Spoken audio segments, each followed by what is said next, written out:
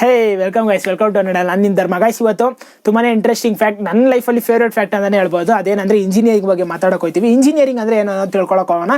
Engineering ಅಂದರೆ ಒಂದು 64 ಸಬ್ಜೆಕ್ಟಿಂದ ಹಿಡಿದು 15ರಿಂದ 10 ಲ್ಯಾಬ್ವರೆಗೂ ಹಿಡಿದು, ದೆನ್ 2 ಮಿನಿ ಪ್ರಾಜೆಕ್ಟ್, ಒಂದು ಮೇನ್ ಪ್ರಾಜೆಕ್ಟ್, 2 ಇಂಟರ್ನ್ಶಿಪ್, ದೆನ್ ಒಂದು ಮೈನ್ ಪ್ಲೇಸ್ಮೆಂಟ್ ಆಗಿರ್ಬೋದು, ಆಮೇಲೆ 8 ಸೆಮ್ ಎಕ್ಸಾಮ್ಸು, ಇದೆಲ್ಲನೂ ಸೇರಿ 4 ವರ್ಷದಲ್ಲಿ ನಾವೆಲ್ಲನೂ ಒಂದೇ ಒಂದು ನಮಗೆ ಗೊತ್ತಿಲ್ಲದೆ ಒಂದು ವಿಷಯನ ಮುಗಿಸ್ತೀವಲ್ಲ, ಅದೇ ಆ್ಯಕ್ಚುಲಿ ಇಂಜಿನಿಯರಿಂಗ್ ಅಂತ ಹೇಳೋಕೆ ಇಷ್ಟಪಡ್ತೀನಿ. ಇಂಜಿನಿಯರಿಂಗು ಹೇಗೆಲ್ಲ ಡೆವಲಪ್ ಆಯಿತು ಅನ್ನೋದ್ರ ಬಗ್ಗೆ ನೋಡ್ತಾ ಹೋಗೋಣ. ಅದೊಂದು ಕಾಲ ಆಯಿತು ಗೈಸ್. ಅದೊಂದು ಕಾಲ ಏನಂದರೆ ಈ ಮೆಷಿನ್ ಡೆವಲಪಿಂಗ್ ಆಗಿರ್ಬೋದು, ಈ ಮೆಷಿನ್ ರಿಲೇಟೆಡ್ ಕಂಪನೀಸ್ ಬರುತ್ತಲ್ಲ, ಇವಾಗ ಆಟೋಮೊಬೈಲ್ಸ್ ಕಂಪನೀಸ್ ಆಗಿರ್ಬೋದು, ಒಂದು IT ಕಂಪನೀಸ್ ಆಗಿರ್ಬೋದು, ಸರ್ಟನ್ ಇಂಡಸ್ಟ್ರೀಸ್, ಈ ಥರ ಇಂಡಸ್ಟ್ರೀಸ್ ಡೆವಲಪ್ ಆಗುವಾಗ ನಮಗೆ ಜಾಸ್ತಿ ವರ್ಕರ್ಸ್ ಬೇಕು. ಅವಾಗಿದ್ದ ಕಾಲದಲ್ಲಿ ಏನಂದರೆ ಲಿಟ್ರೇಸಿ ರೇಟ್ ಕಡಿಮೆ ಇತ್ತು. ನಮಗೆ ಜಾಸ್ತಿ ವರ್ಕರ್ಸ್ ಬೇಕು ಅಂದಾಗ ಇಂಥ ಒಂದು ವರ್ಕಿಂಗೋಸ್ಕರ ನಾವು ಇಲ್ಲಿ ಏನು ಮಾಡಬೇಕು, ಇಂಜಿನಿಯರಿಂಗ್ ಕಾಲೇಜ್ ಕಟ್ಟೋಣ. ಇಂಜಿನಿಯರಿಂಗ್ ಕಾಲೇಜ್ ಕಟ್ಟಿದಾಗ ಎಲ್ಲರೂ ಅದ್ರ ಬಗ್ಗೆ ಇರೋ ನಾಲೆಜ್ ತಿಳ್ಕೊಂಡು ನಮ್ಮ ರೆಸ್ಪೆಕ್ಟಿವ್ ಕಂಪನೀಸಲ್ಲಿ ಬಂದು ಸೇರ್ತಾರೆ ಅಂದ್ಬಿಟ್ಟು ಇದು ಸರ್ಟೈನ್ ಕಾಲೇಜಸ್ ಬಂದು ಗೌರ್ಮೆಂಟ್ಗೆ ಹೋಗಿ ಹೇಳುತ್ತೆ. ಗೌರ್ಮೆಂಟ್ಗೆ ಇದೆಲ್ಲ ಹೇಳಿದಾಗ ಗೌರ್ಮೆಂಟ್ ಏನು ಮಾಡೋದು ಅಂದರೆ ಸರ್ಟೈನ್ ಇಂಜಿನಿಯರಿಂಗ್ ಕಾಲೇಜಸ್ನ ಎಷ್ಟೋ ಜಾಗದಲ್ಲಿ ಕಟ್ಟುತ್ತೆ. ಎಷ್ಟೋ ಕಾಲೇಜ್ಗಳು ಬೆಟ್ಟದ ಮೇಲೆ ಕಟ್ಟಿದ್ರು, ಎಷ್ಟೋ ಜಾಗ ಕಾಲೇಜು ಅಂದರೆ ಎಷ್ಟೋ ಕಾಲೇಜು ಕಾಡು ಮಧ್ಯದಲ್ಲಿ ಕಟ್ಟಿದ್ರು, ಎಷ್ಟೋ ಕಾಲೇಜ್ಗಳು ಊರು ಬಿಟ್ಟು ಹೊರಗಡೆ ಕಟ್ಟಿದ್ರು, ಎಷ್ಟೋ ಕಾಲೇಜ್ಗಳು ಊರುಗಳ ಮಧ್ಯನೇ ಕಟ್ಟಿದ್ರು, ಎಷ್ಟೋ ಕಾಲೇಜು ಹೇಳೋಕ್ಕಾಗದಿರೋ ಅಂಥ ಜಾಗದಲ್ಲೆಲ್ಲ ಕಟ್ಟೋರೆ. ಇಂಥ ಕಾಲೇಜಸ್ನ ದೊಡ್ಡ ಇಂಡಸ್ಟ್ರಿಯಲಿಸ್ಟೇ ಕಟ್ಟಿದ್ರು. ದೊಡ್ಡ ವ್ಯವಸ್ಥಾಪಕರು ಅಂದರೆ ಅವ್ರು ಬಂದು ಒಂದು ಪೊಲಿಟಿಷಿಯನ್ಸ್ ಆಗಿರ್ಬೋದು, ಒಂದು ಟ್ರಸ್ಟ್ ಆಗಿರ್ಬೋದು, ಒಂದು ದೇವಸ್ಥಾನ ಟ್ರಸ್ಟ್ ಆಗಿರ್ಬೋದು, ಎಜುಕೇಷನ್ ಟ್ರಸ್ಟ್ ಆಗಿರ್ಬೋದು, ಇಂಥವ್ರೇ ಇಂಜಿನಿಯರಿಂಗ್ ಕಾಲೇಜಸ್ನೆಲ್ಲ ಕಟ್ಟಿದ್ರು. ಇಂಜಿನಿಯರಿಂಗ್ ಕಾಲೇಜ್ ಕಟ್ಟಿರೋರಾಗಿರ್ಬೋದು, ಇಂಜಿನಿಯರಿಂಗ್ ಕಾಲೇಜಸ್ ಓನರ್ ಆಗಿರ್ಬೋದು, ಅವ್ರನ್ನೆಲ್ಲ ನೀವು ನೋಡ್ತಾ ಹೋದರೆ ಅವ್ರು ಯಾವುದೋ ಒಂದು ಬಿಸ್ನೆಸ್ಸಲ್ಲಿ ರಿಲೇಟೆಡ್ ಆಗಿರ್ತಾರೆ, ಇಲ್ಲ ಪಾಲಿಟಿಕ್ಸಲ್ಲಿ ರಿಲೇಟೆಡ್ ಆಗಿರ್ತಾರೆ.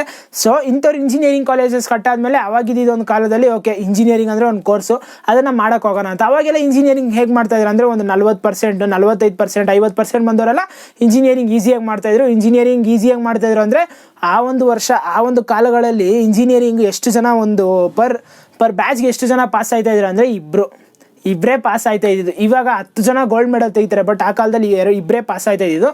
ಅಂಥ ಕಾಲದಲ್ಲಿ ಇಂಜಿನಿಯರಿಂಗ್ ಎಲ್ಲ ಮುಗಿಸಿ ಇಂಡಸ್ಟ್ರೀಸ್ಗೆ ಎಲ್ಲರೂ ಕೆಲಸ ತಗೊಂಡೋದಾಗ ಇಂಡಸ್ಟ್ರೀಸು ಡೆವಲಪ್ ಆಯ್ತಾ ಹೋಯ್ತು. ಇವಾಗ ಕರೆಂಟ್ಲಿ ಬ್ಯಾಂಗ್ಳೂರು ಬಂದು 5ನೇ ಜಾಗದಲ್ಲಿ ಐತೆ. ಇಡೀ ವರ್ಲ್ಡಲ್ಲೇ ಹೈಯೆಸ್ಟ್ IT ಸೆಕ್ಟರ್ಸ್ ಹೊಂದಿರೋದ್ರಲ್ಲಿ 5ನೇ ಜಾಗದಲ್ಲಿ ಐತೆ. ಫ್ಲೋರ್ಗೊಂದು IT ಸೆಕ್ಟರು, ಗ್ರೌಂಡ್ ಫ್ಲೋರ್ಗೊಂದು IT ಸೆಕ್ಟರು, ಟಾಪ್ ಫ್ಲೋರ್ಗೊಂದು IT ಸೆಕ್ಟರು. ಒಂದು ಬಿಲ್ಡಿಂಗಲ್ಲೇ 5 ಡಿಫ್ರೆಂಟ್ ಕಂಪನೀಸ್ ಇದ್ದಾಗ ಯಾವ ಮಟ್ಟಕ್ಕಿರುತ್ತೆ ಬೆಂಗಳೂರು ಅನ್ನೋದು ನೀವೇ ತಿಳ್ಕೊಳ್ತಾ ಹೋಗಿ. ಇಂಡಿಯಾಲೇ ಇಡೀ ಇಂಜಿನಿಯರಿಂಗ್ ಅಂದರೆ ಇಡೀ ಇಂಡಿಯಾಲೇ ಇಂಜಿನಿಯರ್ಸ್ ಎಲ್ಲಿ ಜಾಸ್ತಿ ಪ್ರೊಡ್ಯೂಸ್ ಆಯ್ತಾರೆ ಅಂದರೆ ಸೌತ್ ಇಂಡಿಯಾಲೇ ಇಂಜಿನಿಯರ್ಸ್ ಎಲ್ಲಿ ಜಾಸ್ತಿ ಪ್ರೊಡ್ಯೂಸ್ ಆಯ್ತಾರೆ ಅಂದರೆ ಅದು ತಮಿಳ್ನಾಡಲ್ಲಿ ಅಂತ ಹೇಳ್ಬೋದು. ಬಟ್ ನಾವು ಕರ್ನಾಟಕದ ಬಗ್ಗೆ ಮಾತಾಡ್ತಾ ಹೋಗೋಣ ಗೈಸ್. ಕರ್ನಾಟಕದಲ್ಲಿ ಇಂಜಿನಿಯರಿಂಗ್ಗೆ ವ್ಯಾಲ್ಯೂ ಏನು, ಇಂಜಿನಿಯರಿಂಗ್ಗೆ ತಗೊಳ್ಳೋ ಅಂಥ ವ್ಯಕ್ತಿಗಳು ಯಾರು ಅನ್ನೋದ್ರ ಬಗ್ಗೆ ನೋಡ್ತಾ ಹೋಗೋಣ. ಇಂಜಿನಿಯರಿಂಗ್ ಬಂದು 3 ಥರ ವ್ಯಕ್ತಿಗಳು ತಗೊಳಕ್ಕೆ ಹೋಗ್ತಾರೆ. ಎಂಥವ್ರು ಅಂದರೆ ಓಕೆ, ನಾನು ಇವಾಗ PUC ಮುಗಿಸೋದಪ್ಪ, PUC ಮುಗಿಸಿದ್ಮೇಲೆ ನಾನು ಒಂದು ಒಳ್ಳೆ ಕೋರ್ಸ್ ಮಾಡಬೇಕು. ಒಳ್ಳೆ ಕೋರ್ಸ್ ಹೇಗಿರಬೇಕಂದ್ರೆ ವ್ಯಾಲ್ಯೂಯಬಲ್ ಆಗಿರಬೇಕು, ಸುತ್ತಮುತ್ತ ಒಳ್ಳೆ ರೆಸ್ಪೆಕ್ಟ್ ಆಗಿರಬೇಕು. ಇವನೇನು ತಗೊಂಡ ಅನ್ನೋದೆಲ್ಲ ನೋಡಿಕೊಂಡು ಒಬ್ಬರು ಓಕೆ ಮಾಸಾಗಿ ಒಂದು ಇಂಜಿನಿಯರಿಂಗ್ ಕೋರ್ಸ್ ಹೋಗ್ತಾರೆ. ಜಾಸ್ತಿ ಹುಡುಗರು ತಗೊಳ್ಳೋದು ಏನಂದರೆ ಮೆಕ್ಯಾನಿಕಲ್ ಇಂಜಿನಿಯರಿಂಗ್ ತಗೋತಾರೆ, ಇಲ್ಲ ಎಲೆಕ್ಟ್ರಾನಿಕ್ಸ್ ತಗೋತಾರೆ. ಸರ್ಟೇನ್ಲಿ ಅವ್ರು ಎಲೆಕ್ಟ್ರಾನಿಕ್ಸ್ ಬ್ಯಾಕ್ಗ್ರೌಂಡಿಂದ ಬಂದಿದ್ರೆ, ಇಲ್ಲಾಂದರೆ ಈ ಕಡೆ ಅವ್ರು ಬಂದು CS ಬ್ಯಾಕ್ಗ್ರೌಂಡಿಂದ ಬಂದಿದ್ರೆ ಮಾತ್ರ ಎಲೆಕ್ಟ್ರಾನಿಕ್ಸ್ CS ತಗೋತಾರೆ. ಬಟ್ ಅವರು ಯಾವಾಗ ಮೆಕ್ಯಾನಿಕಲ್ ತಗೋತಾರೆ ಅಂದರೆ ಏನೋ ಒಂದು ನಾನು ಇಂಜಿನಿಯರಿಂಗ್ ಹೋಗಿ ಮಾಡಬೇಕು. ಯಾಕಂದರೆ ಮೆಕ್ಯಾನಿಕಲ್ ಅನ್ನೋದು ಒಂದು ಕಿಂಗ್ ಕೋರ್ಸ್ ಅಂತಲೇ ಹೇಳ್ಬೋದು ಆ ಇಂಜಿನಿಯರಿಂಗಲ್ಲಿ. So mechanical majority of the ಹುಡುಗರು ತಗೋತಾರೆ ಅಂತಲೇ ಹೇಳ್ಬೋದು. ದೆನ್ ಇದೆಲ್ಲ ಆದಮೇಲೆ ಇಂಜಿನಿಯರಿಂಗ್ ಸೆಕೆಂಡ್ ಟೈಪ್ ಆಫ್ ಹುಡುಗರು ಯಾರು ತಗೋತಾರೆ ಅಂದರೆ ತುಂಬಾ ಅನಲೈಸ್ ಮಾಡಿ, ನಾನು ಈ ಒಂದು ಇಂಜಿನಿಯರಿಂಗ್ ಕೋರ್ಸ್ ಮಾಡಿದ್ರೆ ನನ್ನ ಲೈಫ್ ಅನ್ನೋದು ತುಂಬಾ ಬ್ರೈಟ್ ಆಗಿರುತ್ತೆ. ಅಂದರೆ ನನ್ನ ಲೈಫಲ್ಲಿ ನಾನು ಬೇಕಾಗಿರೋ ವಿಷಯಗಳೆಲ್ಲ ಮಾಡ್ತೀನಿ. ಅಂದರೆ ಡ್ರೀಮ್ಸ್ ಅನ್ನೋದನ್ನ ಚಿಕ್ಕ ವಯಸ್ಸಿಂದನೇ ಕಟ್ಕೊಂಡು ಹೋಗಿರ್ತಾರೆ. ಇವಾಗ ಈ ಒಂದು ಕಾಲದಲ್ಲಿ ಹುಡುಗರು ಹೇಗಿರ್ತಾರೆ ಅಂದರೆ, ಜಾಸ್ತಿ ಹುಡುಗರು ಆ ಕಾಲದಲ್ಲಿ ಹೆಂಗಿದ್ರು ಅಂದರೆ ಅವ್ರ ಕೋಡಿಂಗ್ ಅಂದ್ರೇ ಇಂಜಿನಿಯರಿಂಗ್ ಮುಗಿದ ಮೇಲೂ ಗೊತ್ತಾಗಿರ್ತಾರಿಲ್ಲ ಎಷ್ಟೋ ಜನಕ್ಕೆ. ಅಂದರೆ ಮೆಕ್ಯಾನಿಕಲ್ ಆಗಿರ್ಬೋದು, ಸಿವಿಲ್ ಆಗಿರ್ಬೋದು, ಇಂಥ ಹುಡುಗರಿಗೆ ಕೋಡಿಂಗ್ ಅನ್ನೋದು ಇಂಜಿನಿಯರಿಂಗ್ ಮುಗಿದ ಮೇಲೂ ಗೊತ್ತಾಗ್ತಾ ಇರಲಿಲ್ಲ. ಬಟ್ ಇವಾಗಿರೋ ಹುಡುಗರಿಗೆ 6ನೇ ಕ್ಲಾಸ್ 4ನೇ ಕ್ಲಾಸಲ್ಲೇ ಕೋಡಿಂಗ್ ಎಲ್ಲ ಹೇಳ್ಕೊಡ್ತಾರೆ. ನೀವು ವೈಟ್ ಹ್ಯಾಟ್ ಜೂನಿಯರ್ ಎಲ್ಲ ನೋಡ್ತಾ ಇರ್ಬೋದು. ಸೊ ಹಿಂಗಿರೋದ್ರಿಂದ ಎಷ್ಟೋ ಜನ ಈಗಲಿಂದನೇ ಆ ಕರಿಯರ್ನ ಅಂದರೆ ಅಡ್ರೆಸ್ಸಿಂಗ್ ಮಾಡ್ತಾ ಬರ್ತಾರೆ. ಅಡ್ರೆಸ್ಸಿಂಗ್ ಅಂದರೆ ಬಿಲ್ಡಿಂಗ್ ಮಾಡ್ತಾ ಬರ್ತಾ ಇದ್ದಂಗೆ ಅಲ್ಲಿಗೆ ಬಂದಮೇಲೆ ಪೇಂಟ್ ಹೊಡೆಯೋಕ್ಕೆ ಸ್ಟಾರ್ಟ್ ಮಾಡ್ತಾರೆ ಇಂಜಿನಿಯರಿಂಗ್ ಬಂದಾದ್ಮೇಲೆ. ಸೊ ಅಂಥ ಹುಡುಗರು ಸೆಕೆಂಡ್ ಟೈಪು. ಥರ್ಡ್ ಟೈಪ್ ಏನಂದರೆ ಐಡಿಯಾನೇ ಇರಲ್ಲ, ನಾನು ಇದು ಮಾಡಬೇಕು ಅಂದ್ಕೊಂಡೇ ಇರಲ್ಲ. ಬಟ್ ಪೇರೆಂಟ್ಸ್ ಒತ್ತಾಯದಿಂದ, ಒಂದು ಸಮೂಹ ಅಂದರೆ ಒಂದು ಸೊಸೈಟಿಯ ಒತ್ತಾಯದಿಂದ ಅವ್ರನ್ನ ತಳ್ಳಿಬಿಡ್ತಾರೆ. ಸೊಸೈಟಿಯ ಒತ್ತಾಯದಿಂದ ತಳ್ಳಿಬಿಟ್ಟಾಗ ಅವರು ಏನೋ ಒಂದು ರ್ಯಾಂಡಮಾಗಿ ಕಲಿತೆ, ಏನೋ ಒಂದು ರ್ಯಾಂಡಮಾಗಿ ಓದ್ದೆ ಅಂತ ಇಂಜಿನಿಯರಿಂಗ್ ಮುಗಿಸ್ಕೊಂಡು ಹೋಗ್ತಾರೆ. ಬಟ್ ಇಂಜಿನಿಯರಿಂಗ್ ಅಂದರೆ ಏನು ಅನ್ನೋ ಒಂದು ಡೆಫಿನೇಷನ್ನೇ ಅವ್ರಿಗೆ ಗೊತ್ತಿರಲ್ಲ. ಸೊ ಇಷ್ಟೇ, ಈ ಥರ 3 ಟೈಪ್ಸ್ ಆಫ್ ಪೀಪಲ್ಸ್ ಇಂಜಿನಿಯರಿಂಗ್ ತಗೋತಾರೆ. ಇಂಜಿನಿಯರಿಂಗ್ ಕೋರ್ಸ್ಗಳ ಬಗ್ಗೆ ಮಾತಾಡ್ತಾ ಹೋಗೋಣ ಗೈಸ್. ಇಂಜಿನಿಯರಿಂಗ್ ಕೋರ್ಸ್ ಪರ್ಟಿಕ್ಯುಲರ್ಲಿ ಒಂದು ಕೋರ್ಸ್ ಎಕ್ಸಾಂಪಲ್ ತಗೊಳ್ಳೋಣ. ಅದೇನೆಂದರೆ ಮೆಕ್ಯಾನಿಕಲ್ ಕೋರ್ಸು. ನೀನು ಮೆಕ್ಯಾನಿಕಲ್ ಇಂಜಿನಿಯರ್ ಅಂತ ಎಷ್ಟೋ ಜನ ಅನ್ಕೋಬೋದು. ಇಲ್ಲ ಗೈಸ್, ನಾನು ಒಂದು electronics and communication engineer. Guys mechanical engineering course ಬಗ್ಗೆ ತಗೊಳಕ್ ಹೋದ್ರೆ 64 ಸಬ್ಜೆಕ್ಟು 4 ವರ್ಷ ಇರುತ್ತೆ. ಪರ್ ಇಯರ್ಗೆ 2 ಸೆಮ್ ಅಂತ ಇರುತ್ತೆ. ಫಸ್ಟ್ ಇಯರ್ ಹೇಗಿರುತ್ತೆ ಅಂದರೆ ಬರೀ ಬೇಸಿಕ್ ಸೈನ್ಸ್ ಡಿಪಾರ್ಟ್ಮೆಂಟ್ಸ್ ಅಂತ ಇರುತ್ತೆ. ಇನ್ನು ಇರೋ 3 ವರ್ಷ ಬರೀ ನಾವು ಮೆಕ್ಯಾನಿಕಲ್ ಇಂಜಿನಿಯರಿಂಗ್ ರಿಲೇಟೆಡೇ ಕಲಿತಾ ಹೋಗ್ತೀವಿ. ಫಸ್ಟ್ ಇಯರ್ ಏನಂದರೆ ಎಲ್ಲ ಬ್ರಾಂಚ್ ರಿಲೇಟೆಡ್ದು ಒಂದೊಂದು ಸಬ್ಜೆಕ್ಟ್ಸ್ ಇರುತ್ತೆ. ಅಂದರೆ 2 ಸೆಮ್ಮಲ್ಲಿ ಫಿಸಿಕ್ಸ್ ಸೈಕಲ್ ಕೆಮಿಸ್ಟ್ರಿ ಸೈಕಲ್ ಅಂತ ಡಿಫರ್ ಆಯ್ತಾ ಹೋಗ್ತಿರುತ್ತೆ. 2 ಸೆಮ್ಮಲ್ಲೂ ಎಲ್ಲ ಬ್ರಾಂಚ್ದು ಅಂದರೆ ಒಂದು ಪರ್ಟಿಕ್ಯುಲರ್ ಸಬ್ಜೆಕ್ಟ್ಸ್ ಇರುತ್ತೆ. ಇವಾಗ ಸಿವಿಲ್ ಇಂಜಿನಿಯರಿಂಗ್ ಅಂದರೆ basic elements of civil engineering, mechanical ಇಂಜಿನಿಯರಿಂಗ್ದು basic elements of mechanical engineering, basic electronics, basic electricals, ಈ ಥರ ಎಲ್ಲ ಬ್ರಾಂಚ್ದು ಒಂದು ಸಬ್ಜೆಕ್ಟ್ ಇರುತ್ತೆ. ಯಾಕೆ ಎಲ್ಲ ಬ್ರಾಂಚ್ದು ಒಂದು ಸಬ್ಜೆಕ್ಟ್ ಇರುತ್ತೆ ಅಂದರೆ ನೀವು ಎಲ್ಲ ಸಬ್ಜೆಕ್ಟ್ನ ಆ ವರ್ಷದಲ್ಲಿ ಕಲೀರಿ. ನಿಮಗೆ ಯಾವ ಸಬ್ಜೆಕ್ಟ್ ತುಂಬಾ ಕನ್ವೀನಿಯೆಂಟ್ ಆಗುತ್ತೆ, ನಿಮ್ಗೆ ಯಾವ ಸಬ್ಜೆಕ್ಟ್ ತುಂಬಾ ಇಷ್ಟ ಆಗುತ್ತೆ ಅಂಥ ಸಬ್ಜೆಕ್ಟ್ನ ನೀವು ಆಯ್ಕೆ ಮಾಡಿಕೊಂಡು ಸೆಕೆಂಡ್ ಇಯರ್ಗೆ ನೀವು ಚೇಂಜ್ ಮಾಡ್ಕೋಬೋದು ಅನ್ನೋ ಒಂದೇ ಕಾರಣಕ್ಕೆ ಫಸ್ಟ್ ಇಯರ್ಗೆ ಆ ಥರ ಒಂದು ಪ್ಲ್ಯಾನ್ ಇಕ್ಕೋರೆ. ಅಂದರೆ ಬೇಸಿಕ್ ಸೈನ್ಸ್ ಅಂತ ಒಂದು ಪ್ಲ್ಯಾನು. ಸೊ ಇನ್ನು ಇರೋ 3 ವರ್ಷನೂ ಏನಂದರೆ ನಮ್ಮ ಒಂದು ಬ್ರಾಂಚ್ ರಿಲೇಟೆಡೇ ನಾವು ಓದೋಕೆ ಹೋಗೋದು. ಫಸ್ಟ್ ಎಲ್ಲ ಇದ್ದಿದ್ದು 3 ವರ್ಷನೇ ಇಂಜಿನಿಯರಿಂಗು. ಬಟ್ ಇವಾಗ 4 ವರ್ಷ ಮಾಡಿರೋದು ಕಾರಣನೇ ಇದೆ, ಫಸ್ಟ್ ಇಯರಲ್ಲೇ ನಿಮಗೆ ಒಂದು ಬೇಸಿಕ್ ಐಡಿಯಾ ಅನ್ನೋದು ಬರಲಿ ಅನ್ನೋ ಒಂದೇ ಕಾರಣಕ್ಕೋಸ್ಕರನೇ ಅವರು ಫಸ್ಟ್ ಇಯರಲ್ಲೇ ಅಷ್ಟು ಇಂಜಿನಿಯರಿಂಗ್ ಅಂದರೆ ಅಷ್ಟು ಕೋರ್ಸಸ್ನ ಅಷ್ಟು ಒಂದು ಸಬ್ಜೆಕ್ಟ್ಸ್ನ ಇಕ್ಕಿರೋದು. ದೆನ್ ಇದೆಲ್ಲ ಆದಮೇಲೆ ಮೆಕ್ಯಾನಿಕಲ್ ಇಂಜಿನಿಯರಿಂಗ್ ಬಗ್ಗೆನೇ ಮಾತಾಡ್ತಾ ಹೋಗೋಣ. ಮೆಕ್ಯಾನಿಕಲ್ ಇಂಜಿನಿಯರಿಂಗ್ ಬಗ್ಗೆ ಒಂದು ವಿಷಯ ಹೇಳೋಕೆ ಹೋದರೆ ಒಂದು ಸಬ್ಜೆಕ್ಟ್ ತಗೊಳ್ಳೋಣ. ಇಂಟರ್ನಲ್ ಕಂಬಷನ್ ಇಂಜಿನ್ ಅಂತ ಒಂದು ಸಬ್ಜೆಕ್ಟ್, ಇಲ್ಲ ಅಂದರೆ ಥರ್ಮೋಡೈನಮಿಕ್ಸು, ಫ್ಲೂಯಿಡ್ ಮೆಕ್ಯಾನಿಕ್ಸ್ ಇಂಥ ಒಂದು ಸಬ್ಜೆಕ್ಟ್ಗಳು ತಗೊಳ್ಳೋಣ. ಗೈಸ್ ಎಲ್ಲ ಸಬ್ಜೆಕ್ಟು ಇಂಟ್ರೆಸ್ಟಿಂಗ್ ಆಗಿರುತ್ತೆ. ಮೆಕ್ಯಾನಿಕಲಲ್ಲಿ ಎಲ್ಲ ಸಬ್ಜೆಕ್ಟ್ನೂ ಹುಡುಗರು ತುಂಬಾ ಇಂಟ್ರೆಸ್ಟಿಂಗ್ ಆಗಿ ಮಾಡ್ತಾರೆ. ಬಟ್ ನಾನು ಏನು ಓದಿದೆ, ನಾನೇನು ತಗೊಂಡೆ ಅನ್ನೋದೇ ಐಡಿಯಾ ಇಲ್ಲದೆ ಅವರೆಲ್ಲರೂ ಐ ಟಿ ಕಂಪನಿಗೆ ಹೋಗ್ತಾರೆ. ಯಾಕೆ ಐ ಟಿ ಕಂಪನಿಗೆ ಹೋಗ್ತಾರೆ ಅಂತ ನಾನು ಸ್ಟಾರ್ಟಿಂಗಲ್ಲಿ ಹೇಳಿದ್ದೀನಿ. ಬೆಂಗಳೂರಲ್ಲಿ ಅಂದರೆ ಬೆಂಗಳೂರು ಇಡೀ ಗ್ಲೋಬಲಲ್ಲೇ 5ನೇ ಪೊಸಿಷನಲ್ಲಿ ಐತೆ. 5ನೇ ಪೊಸಿಷನ್ ಇರುವಾಗ ಇಲ್ಲಿ ಎಷ್ಟು ಐ ಟಿ ಕಂಪನೀಸ್ ಇರುತ್ತೆ, ಎಷ್ಟು ಜಾಬ್ ಆಪರ್ಚುನಿಟೀಸ್ ಬರೀ ಐ ಟಿ ಕಂಪನಿಗೋಸ್ಕರ ಮಾತ್ರನೇ ಇರುತ್ತೆ. ಮೆಕ್ಯಾನಿಕಲ್ ಆಗಿರ್ಬೋದು, ಸಿವಿಲ್ ಇಂಜಿನಿಯರಿಂಗ್ ಆಗಿರ್ಬೋದು, ಟ್ರಿಪಲ್ ಇ ಆಗಿರ್ಬೋದು, ಇ ಸಿ ಇ ಆಗಿರ್ಬೋದು, ಈ 4 ಕೋರ್ಸ್ ಅವ್ರು ಮಾಡೋ ತಪ್ಪೇನಂದರೆ ತಾನು ಓದಿದ ವಿಷಯಗಳನ್ನೇ ತಾನು ಓದಿದ ವಿಷಯಗಳನ್ನೇ ಜ್ಞಾಪಕ ಇಟ್ಕೊಳ್ದೆ, ನಾನೇನು ಮಾಡಿದೆ ಅನ್ನೋದೇ ತಿಳ್ಕೊಳ್ದೆ, ಏನೋ ಒಂದು ಕಲಿತೆ, ಏನೋ ಒಂದು ಮಾಡಿದೆ, ಏನೋ ಒಂದು ಪಾಸ್ ಆದೆ ಅನ್ನೋ ಥರ ತಿಳ್ಕೊಂಡು ಎಲ್ಲರೂ ಐ ಟಿ ಕಂಪನಿಗೆ ಹೋಗಿ ಸೇರ್ತಾರೆ. ನಾನು ಕೇಳೋದು ಒಂದೇ ವಿಷಯನೇ, ಏನಂದರೆ ನಾವು ಇಷ್ಟು ವರ್ಷ ಇಲ್ಲಿ ಓದ್ವಿ, ಇಷ್ಟು ವರ್ಷ 4 ವರ್ಷ ಇಲ್ಲಿ ಓದಿದ್ವಿ. 4 ವರ್ಷ ಇಲ್ಲಿ ಓದಾದ್ಮೇಲೂ ನಾವು ಹೋಗಿ ಐ ಟಿ ಕಂಪನಿಗೆ ಸೇರ್ತೀವಿ ಅಂದರೆ ನಮಗೆ ಬೇಸಿಕ್ ಐಡಿಯಾ ಅನ್ನೋದಿಲ್ಲ ಅಂತ ತಾನೇ ಅರ್ಥ. ಯಾಕಂದರೆ ಬೇಸಿಕ್ ಐಡಿಯಾ ಅನ್ನೋದಿದ್ರೇ ನಾವು ಫ್ಯೂಚರಲ್ಲೇ ಪ್ಲ್ಯಾನ್ ಮಾಡಿದ್ವಿ, ಅಂದರೆ ಪಾಸ್ಟಲ್ಲೇ ಪ್ಲ್ಯಾನ್ ಮಾಡಿರ್ತಾ ಇದ್ವಿ. ನಾನು ಮೊದಲೇನೊಂದು ಕವರ್ ಫೋಟೋಲ್ಲಿ ತೋರಿಸಂಗೆ ಪಾಸ್ಟ್ ಬಂದು ನಾವು ಹೇಗಂದರೆ ಕಣ್ಣು ಮುಚ್ಕೊಂಡು ತೊಗೊಬಿಡ್ತೀವಿ. ಓಕೆ, ಕಣ್ಣು ಮುಚ್ಕೊಂಡು ಐಡಿಯಾನೇ ಇಲ್ಲೇ ತೊಗೊಬಿಡ್ತೀವಿ. ಬಟ್ ಪ್ರೆಸೆಂಟಲ್ಲಿ ಹೇಗಿರ್ತೀವಿ ಅಂದರೆ ಕಿವಿ ಮುಚ್ಕೊಂಡು ಇದ್ಬಿಡ್ತೀವಿ. ಏನು ನಡೆಯುತ್ತೆ ಏನಾಗುತ್ತೆ ಅನ್ನೋದೇ ಗೊತ್ತಿಲ್ಲ. ಪ್ರೆಸೆಂಟಲ್ಲಿ ಕಿವಿ ಮುಚ್ಕೊಂಡು ಎಲ್ಲನೂ ಕೇಳಿಸ್ಕೊಂಡು ಹೋಗ್ಬಿಡ್ತೀವಿ. ಫ್ಯೂಚರಲ್ಲಿ ಅವನೇನೇ ಕೇಳಿದ್ರೂ ಒಂದು ಆನ್ಸರ್ ಮಾಡದೆ ಮಾತಾಡದಿರೋ ಥರ ಆಗೋಯ್ತೀವಿ. ಮಾತಾಡದಿರೋ ಥರ ಅಂದರೆ ಫ್ಯೂಚರಲ್ಲಿ ನೀವು ಯಾಕೆ ಕೆಲ್ಸಕ್ಕೆ ಹೋಗ್ತೀರಾ ಅಲ್ಲಿ ನಾವು ಮಾತಾಡದಿರೋ ಥರ ಬಾಯಿ ಮುಚ್ಕೊಂಡು ಕುತ್ಕೊಬಿಡ್ತೀವಿ. ಅವನೇನೇ ಬೈದ್ರೇನು ಅವನೇನೇ ಹೊಗಳಿದ್ರೂ ನಾವು ಸೈಲೆಂಟಾಗಿ ತೊಗೊಬಿಡ್ಬೇಕಷ್ಟೇ. ಏನಾದರೂ ಒಂದು ಎದುರಿ ನಿಲ್ಲಿಸಿ ಮಾತಾಡಿದ್ರೆ ಅಲ್ಲಿಗೆ ನಿಮ್ಮ ಕರಿಯರ್ ಮುಗೀತು. ಅದೇನೇ ಆ್ಯಕ್ಚುಲಿ ಇಂಜಿನಿಯರಿಂಗ್ ಒಂದು ಫೇಟ್ ಅಂತಲೇ ಹೇಳ್ಬೋದು. ಇಂಜಿನಿಯರಿಂಗ್ ಯಾರೆಲ್ಲ ಪ್ಲ್ಯಾನ್ ಮಾಡಿ ತೊಗೊಂಡಿರ್ತಾರೋ, ಯಾರೆಲ್ಲ ತುಂಬಾ ಅನಲೈಸ್ ಮಾಡಿ ತೊಗೊಂಡಿರ್ತಾರೋ, ಯಾರೆಲ್ಲ ಅನಲೈಸ್ ಮಾಡಿ ಕಲ್ತಿರ್ತಾರೋ, ಯಾರೆಲ್ಲ ನನಗೆ ಇದೇ ಬ್ರಾಂಚ್ ರಿಲೇಟೆಡ್ ಕೆಲಸ ಬೇಕು ಅಂತ ಹೋಗಿ ಸೇರ್ಕೋತಾರೋ ಅವ್ರ ಲೈಫ್ ಮಾತ್ರ ಸಕ್ಸೀಡ್ ಆಗುತ್ತೆ ಅಂತ ಹೇಳೋಕ್ಕೆ ಇಷ್ಟಪಡ್ತೀನಿ. ಇಲ್ಲ ನನಗೆ ಯಾವುದೋ ಒಂದು ಮಾಡ್ತೀನಪ್ಪ, ಸಂಬಳ ಅನ್ನೋ ಜಾಸ್ತಿ ಇರಬೇಕು. ಇಂಜಿನಿಯರಿಂಗು ಇನ್ನೊಂದು ವಿಷಯ ಹೇಳೋಕ್ಕೆ ಇಷ್ಟಪಡ್ತೀನಿ. ಏನಂದರೆ ಇಂಜಿನಿಯರಿಂಗ್ ಸೇರ್ಕೊಂಡ್ಮೇಲೆ ಕೋರ್ಸ್ ಕಲಿಯೋದಕ್ಕಿಂತ ಎಲ್ಲರಿಗೂ ಇಷ್ಟ ಏನು ಗೊತ್ತಾ, ಪ್ಯಾಕೇಜ್, ಸ್ಯಾಲ್ರಿ ಪ್ಯಾಕೇಜ್ ಅನ್ನೋ ಒಂದು ವಿಷಯ ನೋಡ್ತಾರಲ್ಲ.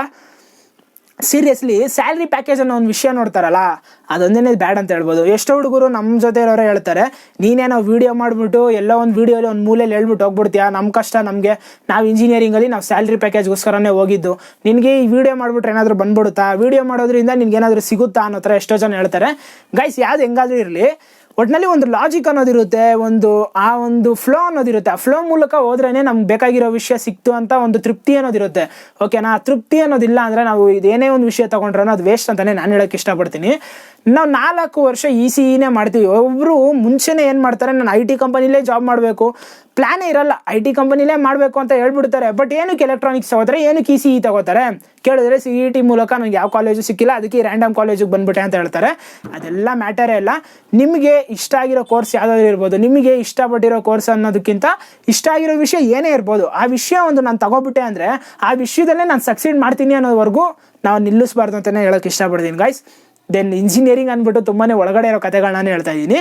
ಇಂಜಿನಿಯರಿಂಗಲ್ಲಿ ಬೇಸಿಕಲಿ 6 ಕೋರ್ಸ್ ಅಂತೂ ಎಲ್ಲ ಕಾಲೇಜಸ್ಸಲ್ಲೂ ಇರುತ್ತೆ. ಕರ್ನಾಟಕದಲ್ಲಿ ಮುಖ್ಯವಾಗಿ ಎಲ್ಲ ಕೋರ್ಸು 6 ಕಾಲೇಜಲ್ಲಿ ಇರೋದ್ರಿಂದ ನೀವು ಯಾವುದಾದ್ರೂ ಒಂದು ಕೋರ್ಸ್ನ ತೊಗೋಬೋದು. ನಾನು ಬಂದು ಇಂಜಿನಿಯರಿಂಗ್ ಬಗ್ಗೆ ಅಂದರೆ ಇಂಜಿನಿಯರಿಂಗ್ ಕೋರ್ಸ್ ಬಗ್ಗೆ ಆಗಲಿ, ಇಂಜಿನಿಯರಿಂಗ್ ಸಬ್ಜೆಕ್ಟ್ಸ್ ಬಗ್ಗೆ ಆಗಲಿ ಇದ್ರ ಬಗ್ಗೆ ಮಾತಾಡ್ತಾಯಿಲ್ಲ, ಇಂಜಿನಿಯರಿಂಗ್ ಲೈಫ್ ಬಗ್ಗೆ ಮಾತಾಡ್ತಾ ಇರೋದು ಅಷ್ಟೇ. ಇಂಜಿನಿಯರಿಂಗ್ ಪಾಸ್ಟ್ ಲೈಫ್ ಹಂಗಿರುತ್ತೆ. ಪಾಸ್ಟಲ್ಲಿ ಹೆಂಗಿರುತ್ತೆ ಅಂದರೆ ಸೇರ್ಕೊಳ್ಳುವಾಗ ಒಂದು ಕನಸಿನ ಪ್ರಪಂಚದೊಳಗಡೆ ನುಗ್ದಂಗಿರುತ್ತೆ.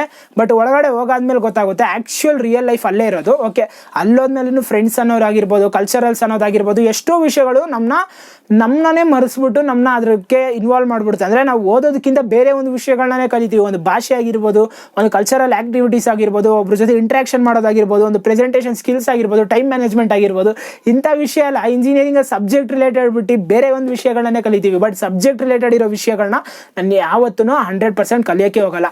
ಸೊ ಈ ಥರ ಇರೋ ಇಂಜಿನಿಯರಿಂಗಲ್ಲಿ ಏನಾಗುತ್ತೆ ಅಂದರೆ ಅದೇನೆ ಕಿವಿ ಮುಚ್ಕೊಂಡು ಲಾಸ್ಟಾಗೆ ಅವನೇನು ಹೇಳ್ತಾನೋ ಅದು ಕೇಳಿಸ್ಕೊಂಡು ಹೋಗ್ಬೇಕಷ್ಟೇ. ಇಷ್ಟು ಹೇಳಿದ್ನಲ್ಲ ಗೈಸ್, ನಾನು ಮಾಡಿರೋ ಇಂಜಿನಿಯರಿಂಗ್ ಕೋರ್ಸ್ ರಿಲೇಟೆಡ್ ಒಂದು ವಿಷಯ ಹೇಳೋಕ್ಕೆ ಇಷ್ಟಪಡ್ತೀನಿ. ಹೇ ಗೈಸ್, ಆ್ಯಕ್ಚುಲಿ ತುಂಬಾ ವಿಡಿಯೋ ಎಕ್ಸ್ಟೆಂಡ್ ಆಯಿತು ಅನಿಸುತ್ತೆ. ಓಕೆ, ನನ್ನ ಒಂದು ಇಂಜಿನಿಯರಿಂಗ್ ಲೈಫ್ ಬಗ್ಗೆ ನಾನು 2 ನಿಮಿಷ ಅಂದರೆ 1 ನಿಮಿಷ ತಗೋತೀನಿ, ಮ್ಯಾಕ್ಸಿಮಮ್ 1 ನಿಮಿಷದಲ್ಲಿ ಹೇಳ್ಬಿಡ್ತೀನಿ. ನಾನು ಇಂಜಿನಿಯರಿಂಗ್ ತೊಗೊಳ್ಳುವಾಗ ಓಕೆ, ನಾನು ಇದೇ ಬ್ರಾಂಚಲ್ಲಿ ಮಾಡಬೇಕು, ಇದೇ ಬ್ರಾಂಚಲ್ಲಿ ನಾನು ಕಲಿಬೇಕು ವಿಷಯಗಳನ್ನ.